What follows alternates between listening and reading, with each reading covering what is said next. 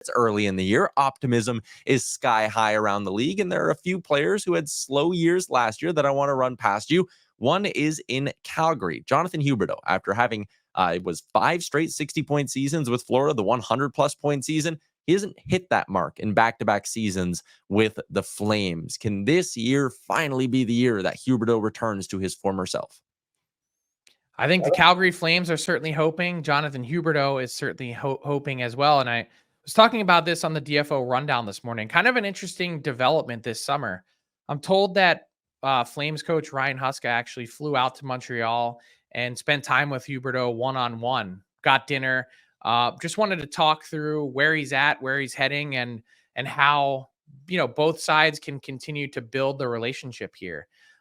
When you look at Huberdeau and I think just even one game in so far, obviously gets on the score sheet, hugely important to feel good, but also look at his responsibilities. He gets put on the penalty kill for the first time that he's in Calgary, and the reaction from the Flames organization has been, oh man, we didn't realize this guy had as good of a stick as he does.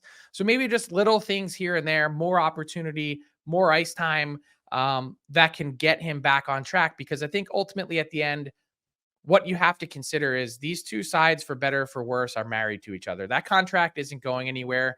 The best course of action for Huberdeau and for the Flames is to put your best foot forward and try and get this back on track. Get him. I see no reason why Huberdeau can't be back to that 80 to 90 point player in the NHL. I really don't. Fair. Another guy, he burst onto the scene, was vaulted into the superstar status, but it's Trevor Zegras. And after back-to-back 60-point seasons to essentially begin his career, last year he had 15 and 31. He didn't stay healthy, was banged up, but even over an 82-game season, that's only a, 40-ish point pace. I know his name's been thrown around in trade talks a little bit and things like that, but with Zegras in Anaheim, there's so much young talent around him now. And I feel like it could lead to two things. It could either be some young guys end up jumping him and getting a bit more of those minutes, or he finally has a boatload of talent to play with. Which way do you think it goes? Yeah, I tend to lean more towards there's so much talent that rising tide will lift all boats. And there's no question that last year was a disappointing season with what he went through.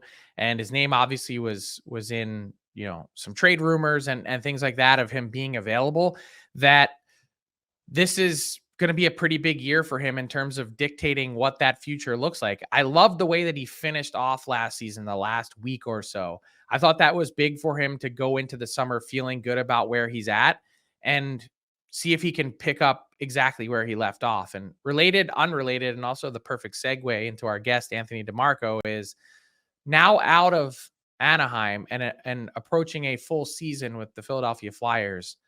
Jamie Drysdale, to me, breakout star candidate.